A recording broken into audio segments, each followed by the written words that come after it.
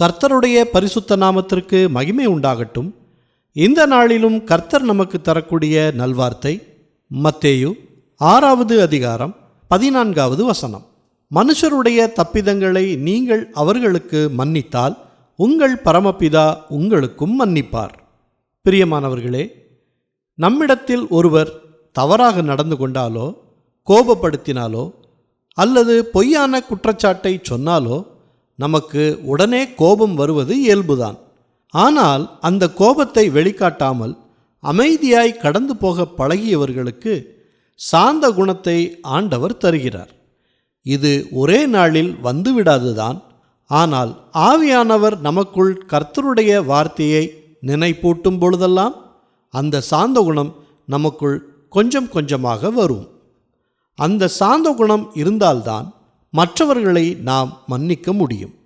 சிலுவையில் அறையப்பட்ட நிலையிலும் ஆண்டவர் இயேசு மன்னித்தார். கர்த்தருடைய சிலுவை பாடுகளோடு ஒப்பிட்டால் நமக்கு இந்த உலகில் வரும் பிரச்சனைகள் ஒன்றுமே கிடையாது.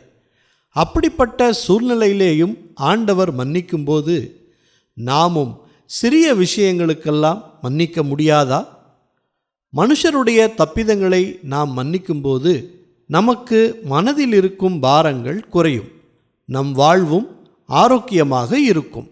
பரமபிதாவும் நம்முடைய தப்பிதங்களை மன்னிப்பார். ஜெபிப்போமா. நல்ல தகப்பனே, இந்த நல்வார்த்தையை தந்ததற்காக நன்றி செலுத்துகிறோம். இன்றைய நாளிலும் எங்களுக்கு எதிராக பேசியவர்களை, குற்றப்படுத்தினவர்களை மனதார மன்னிக்கிறோம். உம்மிடத்தில் இருந்த சாந்த குணத்தை எங்களுக்கு இன்று தாங்க. ஆவியானவர் எப்பொழுதும் உம்முடைய வார்த்தைகளால் எங்களை தேற்றட்டும். கடினமான சூழ்நிலையிலும் பதற்றமில்லாமல் எந்த காரியத்தையும் நாங்கள் அணுகும்படியான ஞானத்தை எங்களுக்கு தாங்க. எல்லா துதி கன மகிமை எல்லாவற்றையும் உமக்கே செலுத்துகிறோம். இயேசு கிறிஸ்துவின் நாமத்தில் ஜெபிக்கிறோம் பிதாவே. ஆமேன், ஆமேன்.